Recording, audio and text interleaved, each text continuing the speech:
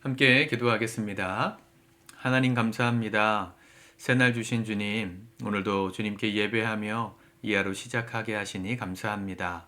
간밤의 모든 근심 걱정, 우리의 마음을 눌렀던 짐들 다 주의 십자가 앞에 내려놓습니다. 주님께서 주시는 새 힘 가지고 기쁘게 힘차게 이 하루 시작하고 승리할 수 있도록 우리와 동행하여 주옵소서. 예수님의 이름으로 기도드립니다. 아멘. 우리 찬송가 461장 찬양하시겠습니다.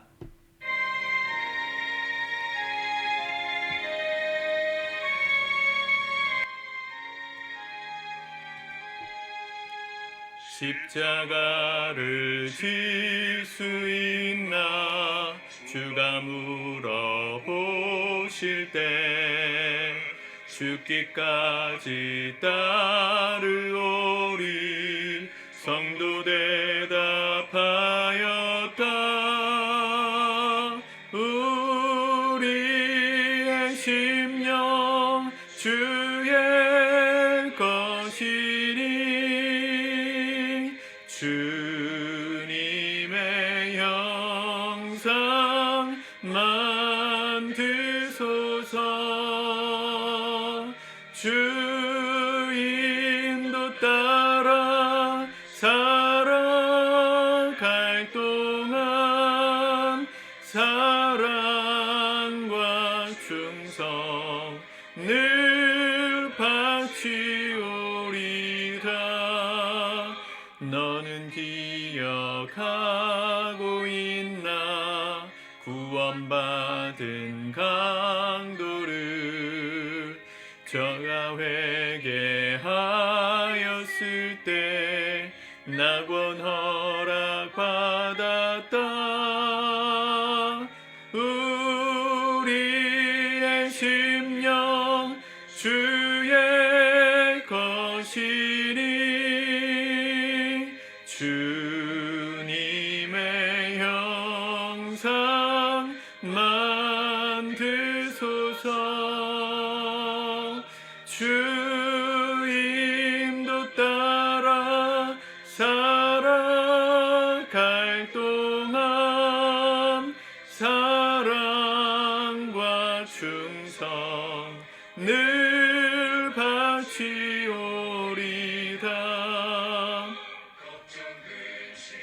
어두운 그늘 너를 둘러 덮을 때 주께 내 영 맡기겠나 죄우신 이 믿으며.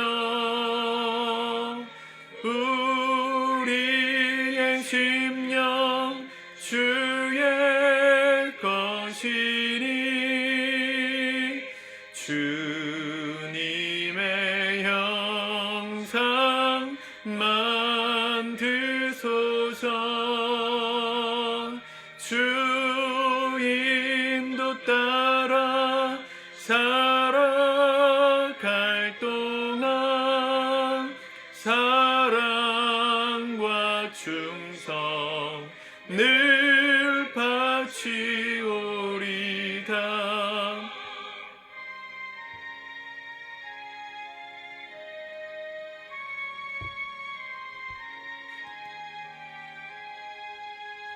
이런 일 다 할 수 있나 주가 물어보실 때 용감한 자연처럼 선뜻 대답하리라.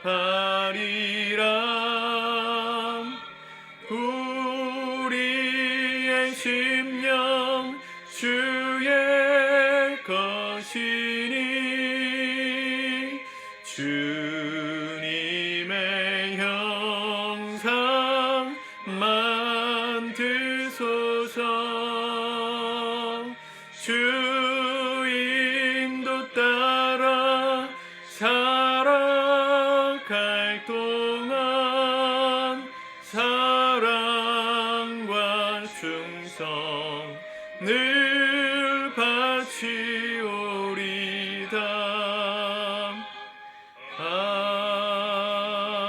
아멘.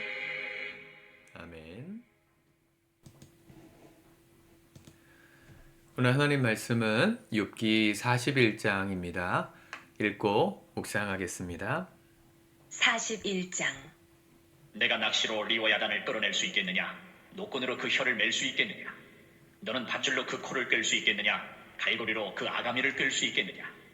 그것이 어찌 내게 계속하여 간청하겠느냐? 부드럽게 내게 말하겠느냐? 어찌 그것이 너와 계약을 맺고 너는 그를 영원히 종으로 삼겠느냐? 내가 어찌 그것을 새를 가지고 놀듯 하겠으며 내 여종들을 위하여 그것을 메어두겠느냐? 어찌 장사꾼들이 그것을 놓고 거래하겠으며 상인들이 그것을 나누어 가지겠느냐?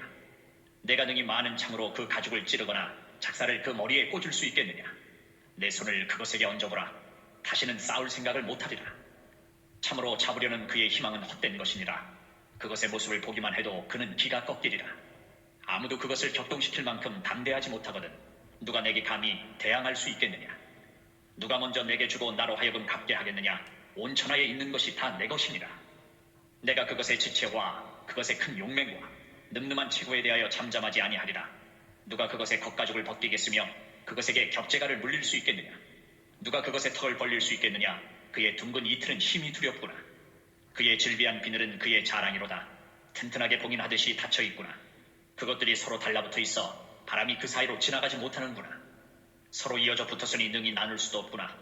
그것이 재채기를 한즉 빛을 발하고 그것의 눈은 새벽의 눈꺼풀 빛 같으며 그것의 입에서는 횃불이 나오고 불꽃이 튀어나오며 그것의 콧구멍에서는 연기가 나오니 마치 갈대를 태울 때에 솥이 끓는 것과 같구나. 그의 입김은 숯불을 지피며 그의 입은 불길을 뿜는구나. 그것의 힘은 그의 목덜미에 있으니 그 앞에서는 절망만 강돌 뿐이구나. 그것의 살껍질은 서로 밀착되어 탄탄하며 움직이지 않는구나. 그것의 가슴은 돌처럼 튼튼하며 맷돌 아래짝같이 튼튼하구나. 그것이 일어나면 용사라도 두려워하며 달아나리라. 칼이 그에게 꽂혀도 소용이 없고 창이나 투창이나 화살촉도 꽂히지 못하는구나. 그것이 쇠를 지푸라기같이 놋을 썩은 나무같이 여기니 화살이라도 그것을 물리치지 못하겠고 물맷돌도 그것에게는 벼같이 되는구나. 그것은 몽둥이도 지푸라기같이 여기고 창이 날아오는 소리를 우습게 여기며 그것의 아래쪽에는 날카로운 토기조각 같은 것이 달려있고 그것이 지나갈 때는 진흙바닥에 도리깨로 친 자국을 남기는구나. 깊은 물을 소태물이 끓음답게 하며 바다를 기름병같이 다루는도다. 그것의 뒤에서 빛나는 물줄기가 나오니 그는 깊은 바다를 백발로 만드는구나. 세상에는 그것과 비할 것이 없으니 그것은 두려움이 없는 것으로 지음받았구나. 그것은 모든 높은 자를 내려다보며 모든 교만한 자들에게 군림하는 왕이니라. 아멘. 재미있는 말씀입니다. 욥기 41장에 나오는 이 짐승 리워야단이라는 짐승이 성경의 시편에도 나오고 또 여러 구약 성경이 몇 번 등장합니다. 리워야단이 뭔가? 오늘 하나님이 설명해 주시는 이 리워야단의 모습을 보면 기본적인 특징이 있죠. 이 바다에 살고 있다는 걸 알 수 있어요. 그렇죠? 그 2절에 보면 너는 밧줄로 그 코를 꿰 수 있겠느냐?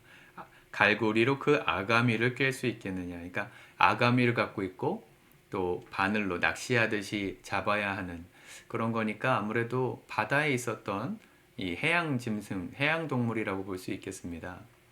그런데 재밌는 것은 8절에 보면 내 손을 그것에게 얹어보라. 다시는 싸울 생각을 못하리라. 엄청나게 무서운 짐승이라는 거죠. 9절 참으로 잡으려는 그의 희망은 헛된 것이니라. 그것의 모습을 보기만 해도 그는 기가 꺾이리라. 아무도 대항하지 못할 만큼 엄청 무섭다는 겁니다. 또 몇 절이죠? 32절에 보면 그것의 뒤에서 빛나는 물줄기가 나오니 그는 깊은 바다를 백발로 만드는구나. 바다에 있다는 걸 알 수 있고 등에서 이 물줄기가 나온다고 하니까 아무래도 고래류가 아닐까, 그죠? 고래가 이렇게 팍 이렇게 혹등고래 같은 게 뒤에서 숨구멍에서 물을 뿜으면 바다가 백발 하얀 물거품이 일어나잖아요. 바다에 사는 짐승인데 재밌는 건 19절에 보면요. 그것의 입에서는 횃불이 나오고 불꽃이 튀어나오며 그것의 콧구멍에서는 연기가 나오니 마치 갈대를 태울 때 솥이 끓는 것과 같구나. 그의 입김은 숯불을 지피며 그의 입은 불길을 뿜는구나. 불을 토한대요. 입에서 불이 난다. 그래서 뭐 여러 가지 썰이 있지만 기본적으로 이게 아마 공룡의 또 다른 형태가 아니겠느냐. 어제 우리 보았던 베헤못 같은 또 다른 공룡이지 않겠느냐. 바다에 살던 공룡. 이렇게 보기도 하고 또 좀 진보적으로 생각하는 사람들은 이게 그 용 있죠. 용, 드래곤. 보통 그 전설의 동물이라고 상징하는 드래곤이 아니겠느냐. 용이지 않겠느냐. 이렇게 보기도 합니다. 그렇죠. 비늘이 있다 그랬어요. 몸에. 비늘도 있고. 그죠? 19절에 보면 그의 즐비한 비늘은 그의 자랑이다. 비늘도 있어요. 용이, 드래곤이 기본적으로 파충류잖아요. 그죠? 파충류를 기본적으로 모델로 하고 있기 때문에 몸에 이렇게 비늘이 막 있죠. 그리고 막 불을 뿜어낸다 그랬으니까 이 용이 아니겠느냐. 드래곤. 그래서 그 예전에 디스커버리라는 다큐멘터리 채널에서 이 상상의 전설의 동물인 용, 이 서양과 동양 전설에 모두 존재합니다. 그죠? 동양의 용은 그 하늘을 날아다니는 뱀의 형태를 가지고 있고 서양에서 말하는 드래곤 용은 약간 공룡처럼 생겼는데 뒤에 날개가 있고 느낌 아시죠? 얼굴에 이렇게 불을 뿜는 이게 이미지가 비슷해요. 서양이나 동양이나 전설 속에 나오는 용들은 다 입에서 불을 뿜어내고요. 몸에 비늘이 있고요. 바다에 살고요. 뭐 여러 가지 비슷한 이미지들이 있는데 그런 흔적들이 사실은 실제로 그걸 보았던 사람들이 남긴 기록을 토대로 전승된 전설이었을 것이다 이렇게 보거든요. 디스커버리 채널에서 그 공룡이 아니고 드래곤, 용의 화석을 발견했다 해가지고 그 시베리아에 있는 동토층에 얼어 있었던 그 용의 그 뭐라 해야 되죠? 그 고기 덩어리라 그래야 되나요? 얼어붙은 그 용의 고기 덩어리를 발견해서 DNA 분석을 하고 뭐 이런 그런 다큐를 본 적이 있습니다. 되게 재밌게 봤었는데 뭐가 됐든 제가 이거다 저거다라고 말하진 않겠지만 하나님 말씀하시는 핵심이 뭡니까? 어제 말씀부터 그 대단한 짐승들 누가 만드셨다는 거예요? 하나님 만드셨다는 거예요. 우리가 통제할 수 없는 이 땅의 것들을 하나님이 만드셨는데 누가 감히 그것도 대항 못하면서 하나님께 대항할 수 있겠느냐 그러는 거예요. 20절에 보면 아무도 그것을 격동시킬 만큼 담대하지 못하거든 누가 내게 감히 대항할 수 있겠느냐. 누가 먼저 내게 주고 나로 하여금 갚게 하겠느냐. 온 천하에 있는 것이 다 내 것이니라. 하나님이 얼마나 크신 분인지를 모르기 때문에 교만하게 하나님 앞에 이렇게 버릇없게 행동한다는 겁니다. 아이들이 하루 강아지가 범 무서운 줄 모른다 그러잖아요. 호랑이가 얼마나 무서운지 하루 강아지, 태어난 강아지는 몰라요. 그러니까 함부로 버릇없게 행동할 수 있겠죠. 우리가 신앙인으로서 영적 아이였을 땐 하나님이 얼마나 크신 분인지를 잘 모를 땐 그때는 그냥 하나님 앞에서 투정도 부리고 그럴 수 있습니다. 하나님을 모르니까 하나님 얼마나 크고 위대하신 분이 모르니까. 그런데 신앙의 연차가 10년, 20년, 30년 되셨다면 여전히 영적 아이로 남아 계시면 곤란하다는 겁니다. 하나님이 얼마나 위대하신 분인지를 30년이 지나도 여전히 모르는 분들이 많아요. 그 하나님 말씀보다 내 생각을 더 지혜롭게 여기고 내가 원하는 판단대로 행동하는 분들이 더 많아요. 하나님은 오늘도 내 인생 가운데 말씀하시는 분이신데 그 말씀대로 살면 가장 지혜로운 삶인데 그걸 무시하고 내가 원하는 대로 살아요. 어떤 분들이 주님의 음성을 듣고 싶습니다. 이렇게 상담하셨던 분들이 있습니다. 하나님 음성을 어떻게 들어요? 하나님이 나에게 탁 말씀해 주시면 내가 그 음성 듣고 순종할 수 있겠습니다. 어떻게 듣는지 알려주세요. 이렇게 말씀하시는 분들이 계시는데 사실은 하나님은 지금도 말씀하고 계십니다. 우리가 그분의 음성을 못 들어서 순종 못하는 게 아니에요. 그분의 음성을 들어도 순종 못하고 살기 때문에 음성이 안 들린다고 생각하는 거라는 거죠. 성경이 얼마나 많은 말씀들로 우리에게 말씀하십니까? 내 이웃을 사랑하라. 죄를 멀리하라. 말씀과 기도에 힘쓰라. 이 복음을 만민에게 전파하라. 수많은 말씀들을 주셨는데 그 말씀이 안 들리는 거예요. 나에게 하시는 말씀처럼 안 들리고 주님의 생각처럼 주님이 내 생각보다 더 위대하신 생각으로 보이지 않으니까 무시하고 지나가니까 우리는 일평생 음성을 못 듣고 사는 거죠. 주님은 지금도 내게 말씀하세요. 내가 얼마나 그분의 음성을 무시하고 살고 있는지 그분의 뜻대로 행하라고 지금도 말씀하시는데 내 생각이 더 옳다 여기고 그 위대하신 하나님의 그 위대하심을 무시하고 내가 원하는 대로 사니까 하나님 보실 때는 얼마나 이런 표현 좀 죄송하지만 가소롭겠습니까? 우리의 인생이 먼지보다도 작은 우리가 리워 야단만큼도 되지 못하는 우리가 어떻게 하나님을 대적하고 대항할 수 있겠어요? 교만해서 그렇고 교만은 무지로부터 오는 겁니다. 하나님을 모르니까 교만한 겁니다. 여러분 하나님을 깊이 알아가십시오. 깊이 알아가시길 축복합니다. 그분을 알아가야 여러분들의 삶에 겸손히 주님을 따르는 순종이 동반되는 겁니다. 교회 안에서도요. 누가 순종 잘하시는가 보면 하나님을 아는 분들이 순종을 잘하세요. 하나님의 뜻이 나보다 옳다고 여기시는 분들만 순종을 잘하세요. 근데 그분들의 삶에는 반드시 순종의 축복이 있어요. 왜 내 삶을 축복 안 하십니까? 먼저 내가 순종하고 사는지를 보셔야 돼요. 나는 하나님 말씀 무시하고 내 뜻대로 살고 있으면서 복을 달라고 그러고 있으면 하나님 어떻게 복을 주십니까?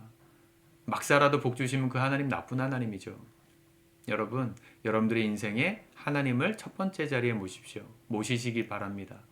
제가 눈을 좀 치우고 와가지고 말이 막 꼬이는데 눈이 많이 내려가지고 제가 녹화를 내일 것까지 미리 떠야 할 것 같은 생각이 들어요. 여러분, 우리의 생각에는 지금 내가 살아가는 방식이 현명하다고 느껴지지만 하나님이 아니라 그러면 아닌 거예요. 하나님이 그게 맞다 그러면 그게 맞는 거예요. 우리의 생각을 하나님께로 집중하고 그분의 결론을 나의 결론으로 삼고 사는 삶, 그것이 복된 삶인 줄 믿으시길 바랍니다. 오늘 욥에게 질문하시는 그 하나님의 마지막 음성이 우리에게 향한 질문으로 받아들여지시기를 축복합니다. 너 지금 그렇게 살아도 되겠니? 내 앞에서 그렇게 대항하며 살아도 되겠니? 라고 질문하신 하나님의 질문 앞에 오늘 바르게 대답할 수 있기를, 하나님, 내가 주의 뜻대로 순종하며 살겠습니다, 대답할 수 있는 우리가 되기를 축복합니다. 기도하겠습니다. 주님 말씀하시면 그것이 전부이고 정답임을 믿습니다. 그 말씀대로 순종하며 살아가는 이 하루 우리의 평생 되도록 축복하여 주옵소서. 예수님의 이름으로 기도드립니다. 아멘.